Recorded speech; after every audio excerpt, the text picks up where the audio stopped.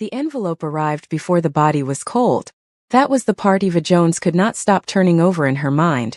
Not the grief, not the lawyers, not the terrifying silence of an apartment that had 22 rooms and now felt like one very long-held breath.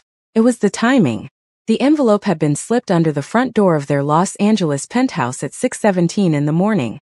Debbie had found it when she went to collect the newspaper at 6:20. The building's front desk had no record of anyone entering. The cameras in the lobby showed nothing. Not a gap, not a glitch, just an unbroken feed of an empty marble foyer with nobody passing through it in either direction. Amelia Jones had been declared dead at 6:09.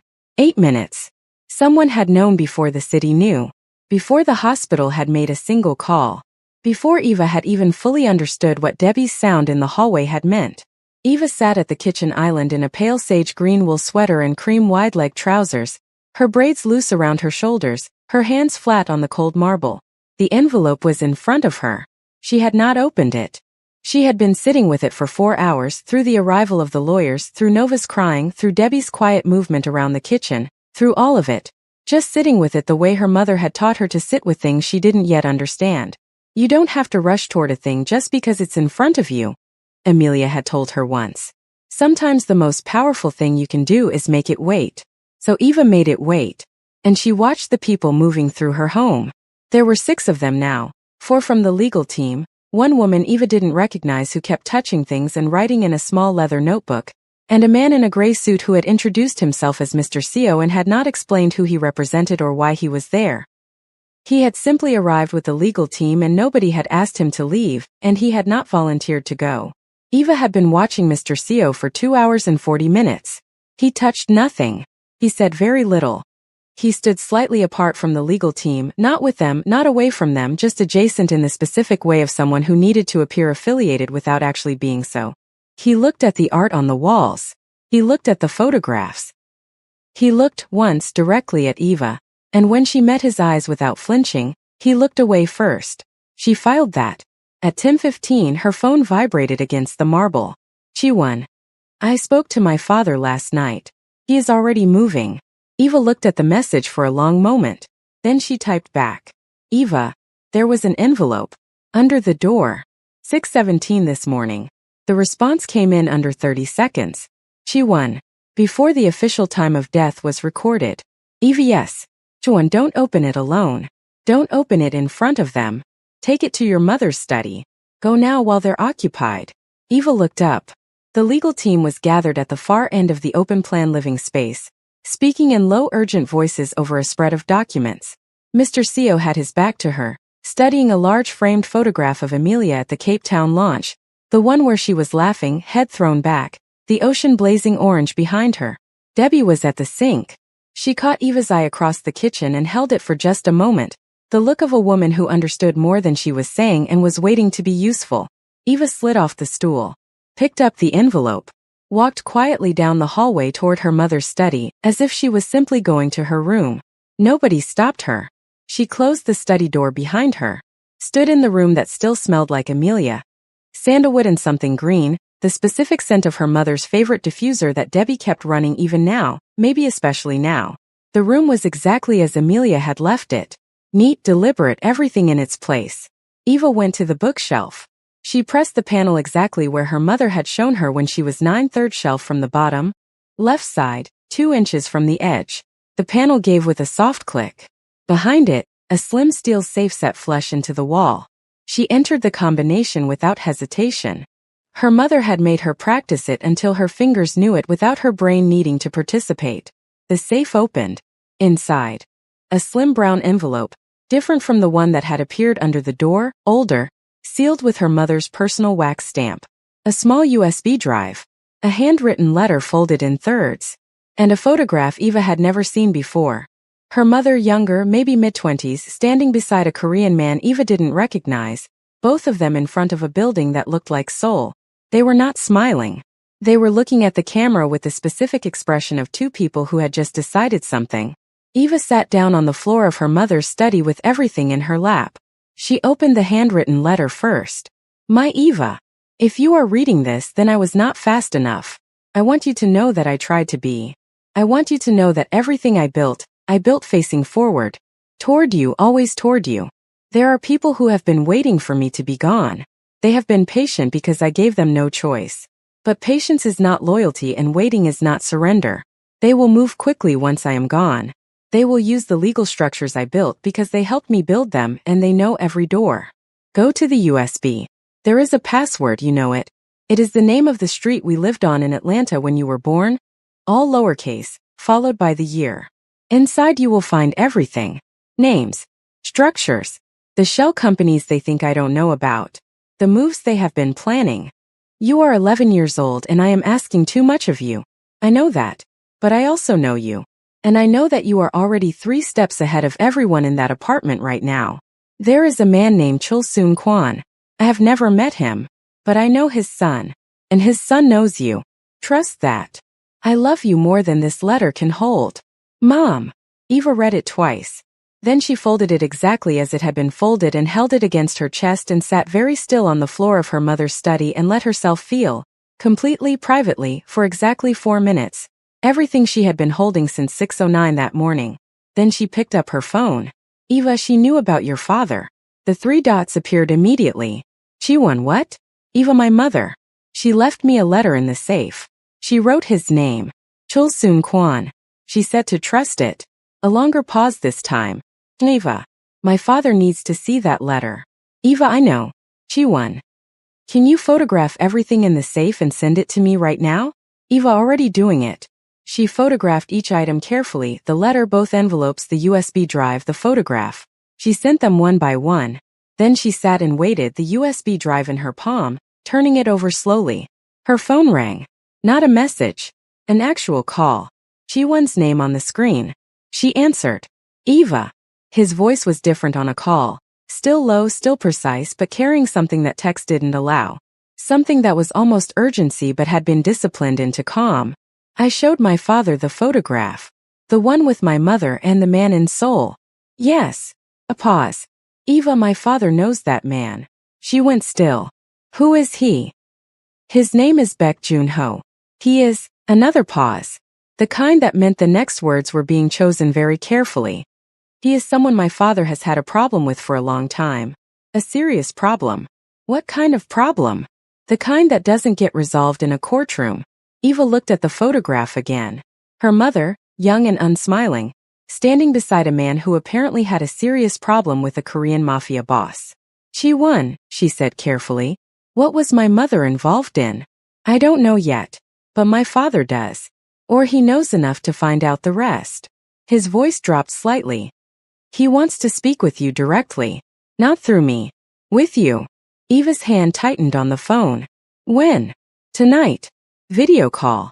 10 p.m. your time. She looked at the door of the study. Beyond it, somewhere in the apartment, Mr. Seo was still standing in front of her mother's photograph, and the woman with the leather notebook was still writing, and the lawyers were still talking in their low, urgent voices about assets and structures and controlling interest. Okay, Eva said. Eva. Yes. You are doing exactly what she raised you to do. His voice was quiet and certain.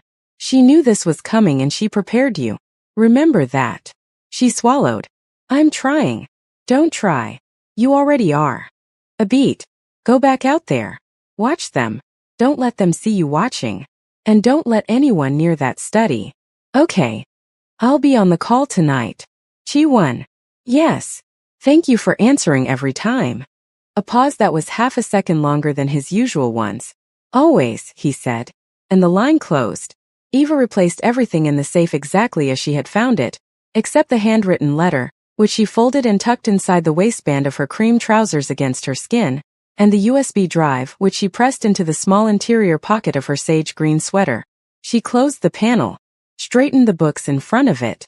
Then she opened the study door and walked back down the hallway into the controlled chaos of her mother's living room, as if she had simply gone to use the bathroom.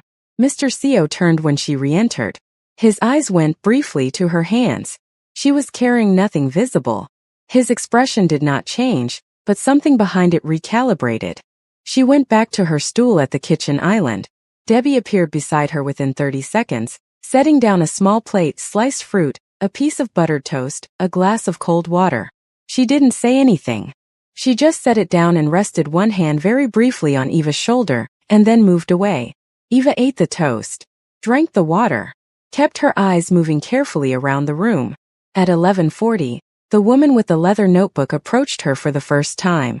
She was perhaps 40, mixed-race, sharp-featured, with a kind of professional warmth that had been practiced so many times it had become indistinguishable from the real thing. She sat down on the stool beside Eva without being invited. "Eva," she said.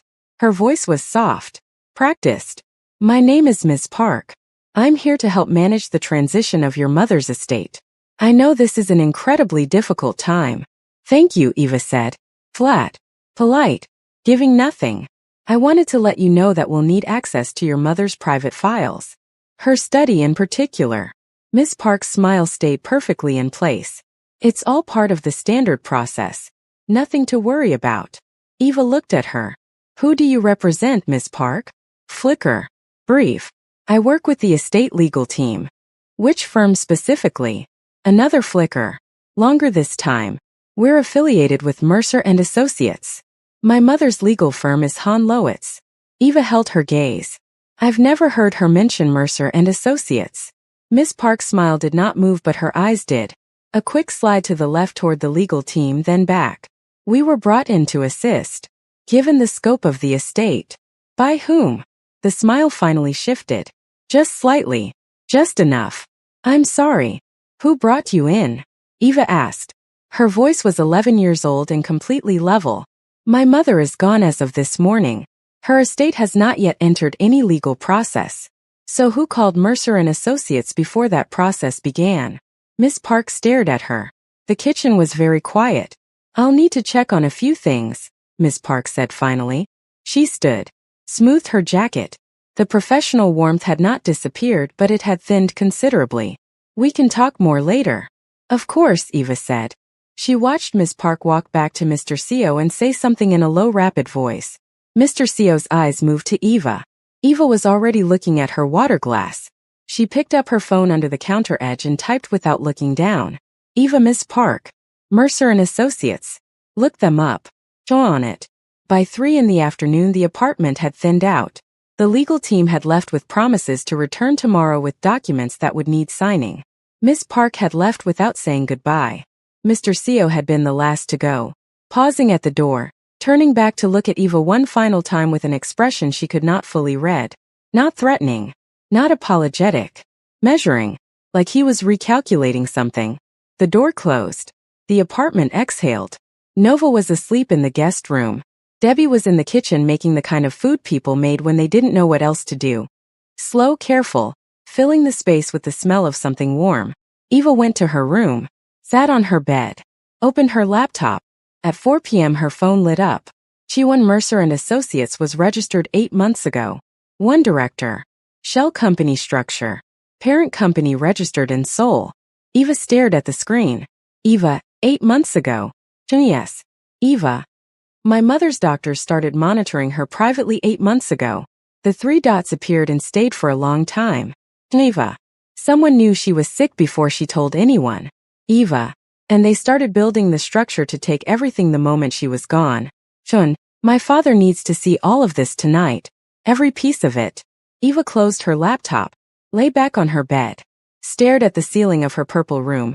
The walls her mother had let her choose, the color she had picked from a fan of 50 swatches on a Sunday afternoon 2 years ago while Amelia sat cross-legged on the floor beside her saying, "That one, no that one, Eva that one is the one," until they were both laughing too hard to choose anything. She pressed her hand flat against the wall beside her bed. "I've got it, Mom," she said quietly, to the room, to the walls, to the sandalwood scent that was already beginning to fade from the sweater she was wearing. "I've got it." Outside her window, Los Angeles moved through its afternoon without ceremony. Across the Pacific, in a house that looked from the outside like nothing and was on the inside something else entirely, a man named Chul Soon Kwan was looking at a photograph of a young Amelia Jones standing beside his oldest enemy, and beginning to understand that this was never going to be simple. At 9:58 p.m., Eva sat at her mother's desk in the study. She had waited until Nova's light went off, until Debbie's footsteps had settled into the quiet shuffle of someone moving toward sleep, until the apartment had reached that specific stillness that only came after midnight, not peaceful, not empty, but the held breath kind of still that meant everyone who was going to sleep had gone to sleep and everyone who wasn't going to sleep was alone with whatever was keeping them awake. She had changed into a soft ivory turtleneck and dark olive wide-leg trousers, the clothes she had pulled on without thinking, the instinct towards something that felt composed without feeling formal. Her braids were pinned up loosely. The USB drive was on the desk in front of her. The handwritten letter was beside it, unfolded, smoothed flat with the edge of her palm. At 10 p.m. exactly, her laptop screen lit up. Chi-won appeared first. His face in the upper corner of the screen, that familiar composed stillness, hair neat, wearing a deep burgundy sweater she hadn't seen before. He looked at her for a moment without speaking, the way he always did at the start of calls, just checking, making sure she was there and she was holding. She gave him the smallest nod. Then the mainframe filled. Chul-soon Kwon was larger than she had imagined, and she had imagined him carefully. He sat behind a dark wooden desk in a room that was dim and precise, a single lamp throwing warm light across the left side of his face and leaving the right in shadow. He wore a deep charcoal suit with no tie, the collar of a white shirt just visible at the neck. His hair was close-cropped, black with the faintest silver at the temples. His hands were folded on the desk in front of him, still, completely still. His eyes found her immediately. They were Chi-won's eyes, dark, steady, carrying the particular weight of someone who looked at things fully and without flinching. But where Chi-won's eyes were patient, Chul-soon's were decisive, like the difference between a door that was waiting to open and a door that had already decided. For a moment nobody spoke. Then Chul-soon said in English that was precise and unhurried, "You look like her." Eva went still. "Like my mother?" "Yes." He studied her. "I knew Amelia Jones. Not well, but enough to know she was someone the world was not ready to lose." A pause. "I am sorry for what happened to her." Eva held his gaze. "Thank you." "I am not a man who says things he does not mean," Chul-soon said. "So when I tell you that I intend to find out exactly what happened to her, and exactly who built the structure that is trying to take what she left you, I need you to understand that I mean that completely." "I understand." "Good." He unfolded his hands, placed them flat on the desk. "Tell me about the envelope." "The one that arrived at 6:17. Eva told him everything. The timing. The lobby cameras showing nothing. Mr. Seo. Ms. Park and Mercer and Associates. The leather notebook. The way Ms. Park's smile had thinned when Eva asked who had called them before the estate process had begun. She told it the way her mother had taught her to tell things, in order without decoration, every detail in its place. Chul-soon listened without interrupting. Chi-won in his small corner of the screen listened the same way. When she finished, Chul-soon was quiet for a moment. "Miss Park," he said. "Describe her." "Mixed race. Around 40. Sharp features. Very controlled warmth, like she had practiced it." "The leather notebook. What color was the cover?" Eva blinked. "Dark green. Slim. No brand visible." Something moved in Chul-soon's expression. Brief. Contained. But Eva caught it. "You know her," Eva said. He looked at her. "I know who she works for. Baek Joon-ho." The name landed in the room like a stone dropped in still water. Chul-soon's eyes sharpened. Across his corner of the screen, Chi-won went very still. "Chi-won showed you the photograph," Chul-soon said. "Yes. My mother and Baek Joon-ho. Seoul." She looked about 25. They weren't smiling. They wouldn't have been. Chul-soon leaned back slightly in his chair. "What I am about to tell you is not something I tell people, Eva. You understand that?" "Yes. Your mother and Baek Joon-ho had a business arrangement. 12 years ago. Before you were born. He approached her when she was building her first distribution channel into Asia. He offered infrastructure, warehousing, logistics, connections she would not have been able to build alone at that stage." A pause. "Your mother was brilliant. But she was also young, and she was building something in a territory that required relationships she did not yet have." Eva's hands were flat on the desk. She took his help. She took his infrastructure. For 18 months. Then she found her own way and she severed the arrangement cleanly and professionally. Chul-soon's voice was measured. Baek Joon-ho did not consider it clean. He considered it a debt that was never paid. And Baek Joon-ho has been collecting debts for 30 years. "He's been waiting," Eva said quietly. "He is a patient man. It is his most dangerous quality." Chul-soon looked at her steadily. He did not cause your mother's illness, Eva. I want to be very clear about that. But the moment he knew she was sick, and he has people inside hospitals, inside private medical practices, he began building. Mercer and Associates. The shell structures. The legal team that arrived at your door before the city knew she was gone. Eva was quiet for a moment. The study held its breath around her. He wants the company, she said. He wants everything. The brand. The distribution network. The Asian market share your mother spent 12 years building without him. Chul-soon's voice did not rise. It never rose. It simply became more precise. He believes that because he helped her in the beginning, he is owed a portion of everything that came after. And now that she is gone and you are 11 years old, he believes there is nobody left to tell him otherwise. Eva looked at the man on her screen. Then she said very quietly, he was wrong about that. Something happened in Chul-soon's face. Not a smile, something more than that and less than that. The expression of a man recognizing something he had not expected to find. Yes, he said. He was. What do I do? Eva asked. Not tonight. Everything. What do I do? Tonight you do nothing except sleep. You are 11 years old and you buried your mother today. And you have already done more tonight than most adults would manage in a week. He held her gaze. Tomorrow you do not sign anything. Not one document. Not one form. Regardless of what they tell you it is for. You say you need time to review with your own counsel. My mother's actual legal team. Han Lowitz. Call them first thing in the morning. Speak only to the senior partner. A woman named Jian Han. Tell her everything. Use your mother's name as the introduction. Jian will know what it means. Eva wrote the name on the inside cover of the notebook on the desk. Her mother's notebook, the one that lived beside the lamp. Jian Han. Yes. And Eva. He paused. The USB drive your mother left. Do not plug it into any device connected to your home network. Beck's people are thorough. Buy a new laptop tomorrow. Cash if you can manage it. Plug it in only on that. Eva stared at him. He has access to our network? I don't know. I am not willing to assume he doesn't. She absorbed that. Sat with it the way her mother had taught her to sit with things that were frightening. Not looking away, not rushing toward a reaction, just letting it be true until she understood its shape. Okay, she said. Ji-won will be your contact point for everything that comes from my side. What comes from my side will not be visible, and you will not need to know the details. What you need to know, I will make sure you know. He looked at her with that absolute steadiness. Your mother trusted the connection between you and my son. I am choosing to trust it also. Eva looked at Ji-won's corner of the screen. He was already looking at her. Thank you, she said. To both of them. Chul-soon nodded once. Get some sleep, Eva Jones. The screen went dark.